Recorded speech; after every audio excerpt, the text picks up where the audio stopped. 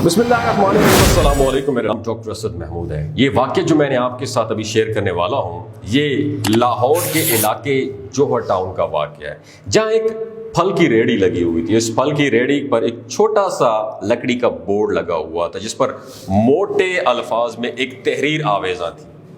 تحریر پتہ ہے کون سی تھی؟ میرے گھر میں کوئی نہیں ہے، میری بوڑھی ماں کو فالج کا اٹیک ہو چکا ہے، مجھے تھوڑی دیر بعد انہیں کھانا کھلانا پڑتا ہے، اور اتنی ہی دیر بعد ان کو واش روم کے لیے لے کر جانا پڑتا ہے۔ اگر آپ کو جلدی ہے تو آپ اپنی مرضی سے پھل تول لیں اور پیسے ریڑھی کے کونے پر میگزین کے گدے کے نیچے آپ رکھ دیں، اور ساتھ ہی پھلوں کے ریٹ بھی لکھے ہوئے ہیں۔ اگر آپ کے پاس پیسے نہ ہوں تو میری طرف سے آپ یہ پھل مفت لے لینا، واللہ خیر الرازقین۔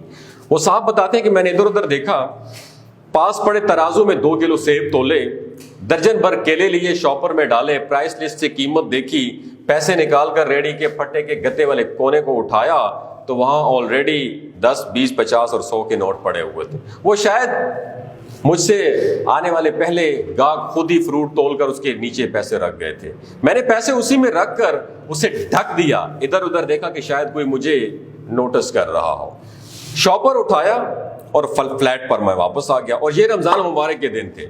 افطاری کے بعد وہ صاحب کہتے ہیں کہ میں اور میرا بھائی اسی جگہ پر دوبارہ گئے جہاں پر وہ ریڑھی کھڑی ہوئی تھی۔ ہم نے دیکھا کہ ایک آدمی جس کی داڑھی تھوڑی سفید اور تھوڑی کالی تھی، ہلکی مٹی رنگ کا شلوار قمیض اس شخص نے پہن رکھا تھا، اور ریڑھی کو دھکا لگا کر بس جانے ہی والا تھا، اور ہمیں دیکھ کر مسکرایا اور بولا صاحب پھل ختم ہو گئے۔ ہم نے اس کا نام پوچھا تو اس نے کہا میرا نام خادم حسین ہے۔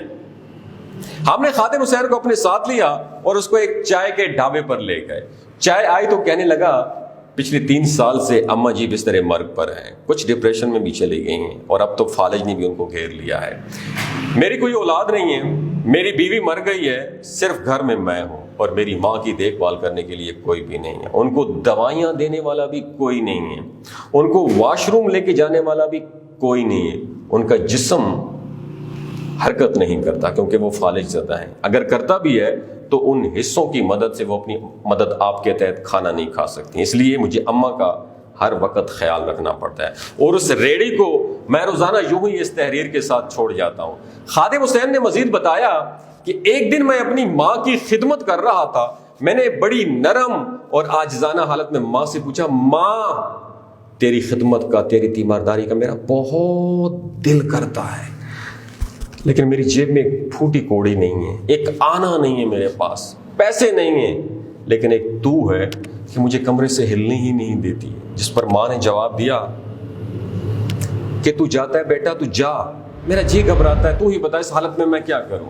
اب کیا آسمان سے کوئی کھانا آتا، کوئی اتار کے میرے لیے کھانا آئے گا؟ منو سلوا، نہ میں بنی اسرائیل کی قوم سے ہوں بیٹا، نہ تو موسیٰ کی ماں ہے، میں اپنے آپ سے کہتی ہوں تو میں کیا کروں۔ یہ سن کر ماں کے ہانپتے کانپتے تردد کرنے والے ہلکا سا اٹھنے کی کوشش کی ماں نے، تو خادم حسین نے تکیہ اونچا کر کے ماں کو بٹھایا۔ ماں نے اپنی چوریوں والے ہاتھوں کا ایک خوبصورت پیالہ بنایا اور اللہ کے حضور دونوں ہاتھوں کو اٹھا کر پتہ نہیں اللہ سے کیا دعا مانگی۔ اس کے بعد مجھے کہنے لگی، بیٹا تو ریڑھی وہاں پر چھوڑ آیا کر، تیرا رزق تجھے اسی کمرے میں بیٹھے بٹھائے ملے گا، جیسے وہ پتھر میں کسی کیڑی مکوڑے کو رزق دیتا ہے نا، تیرے رزق کا بندوبست بھی ہو جائے گا۔ میں نے کہا ماں کیا بات کرتی ہے، وہاں چھوڑ آؤں گا تو ہو سکتا ہے کوئی چور ڈاکو لٹیرے سب لے جائیں، آج کل کون کسی کا لحاظ کرتا ہے، باہر کے حالات کتنے خراب ہیں ماں جی، آپ کو نہیں پتا، بنا مالے کے کون خریدنے آئے گا مجھ سے پھل، کون تولے گا، اور پیسے کہاں رکھ کے جائے گا۔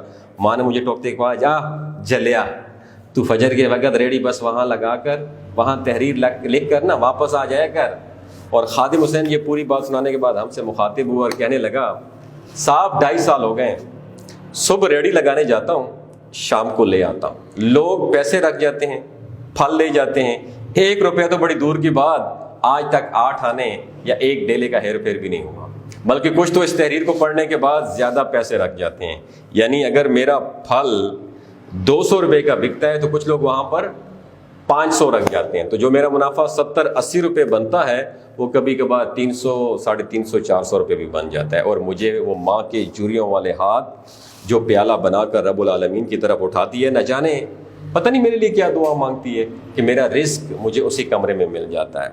وہ بتاتے ہیں کہ ایک دن پہلے ایک یونیورسٹی کی پڑھی لکھی بچی گزری وہاں سے، وہ اماں کے لیے اپنے ہاتھ سے گھر سے پلاؤ بنا کر لے آئی اور اس نے ساتھ رائتا اور پودینے کی چٹنی بھی رکھ دی نیچے، اس نے ایک سفید کاغذ رکھ دیا جس پر ایک تحریر لکھی تھی، یہ سب کچھ اماں کے لیے۔ کسی حاجی صاحب کا وہاں سے گزر ہوا تو وہ ڈھیر ساری اجوا کھجوریں اور مدینے کی وہ کھجوریں جس میں گٹلیاں نہیں ہوتی، بے دانہ کھجور، وہ وہاں پہ رکھ گیا۔